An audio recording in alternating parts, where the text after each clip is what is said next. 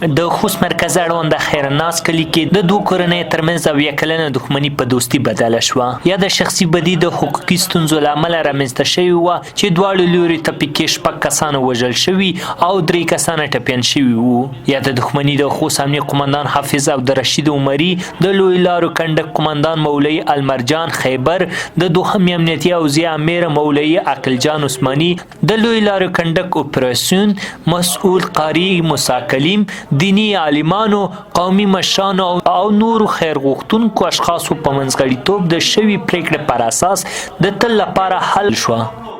په خوست ولایت کې د په کم وخت کې الحمدلله ډېرې دښمنۍ په دوستۍ بدلې شوي دي. د هغې د جملې نه د حاجي صاحب مرحوم بختور شاه کورنۍ ترمنځ او د حاجي صاحب مولوي صاحب سلدار کورنۍ ترمنځ چې تقریبا 90 کاله وخت نیولی دی چې 6 نفره په دې کې له منځه تللي دي او نقصانات هم شوي دي. الحمدلله هغه نن په دوستۍ بدله شوه او الحمدلله د امارت مسؤلین او چارواکو په دې کې ډېر کوشش کړی دی او قومي او د ولس خلکو موږ سره هم په دې کې ډېرې هلې ځلې کړي دي او هماهنګي الحمدلله په دې کې برابره روانه ده. نور هم کوشش کوو چې داسې دښمنۍ موږ په دوستۍ بدلې کړو. بلخوا د مرحوم بختور شاه او مولوي سردار کورنۍ چې ترمنځ یې دښمني رامنځته شوې په تیرو کړنو خواشیني دي او په خبرې په راتلونکي کې به د ورورۍ ژوند کوي.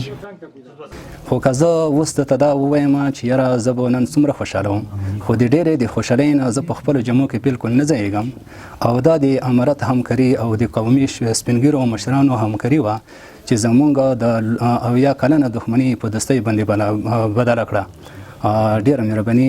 انشاءالله تعالی زه امید لرم چې امارت اسلامي به زیات کوششونه وکړي چې داسې چېرته دښمنۍ او بدۍ وي هغو ته هم پای ټکه کېښودي. الله تعالی دوی د ټولو ته توفیق ورنصیب کړي.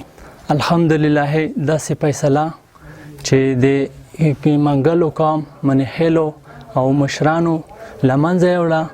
الله تعالی د داسې نورم قوي لري او داسې افغانستان اسلامي امارت دوی سره څنګ په څنګ ولاړ دي.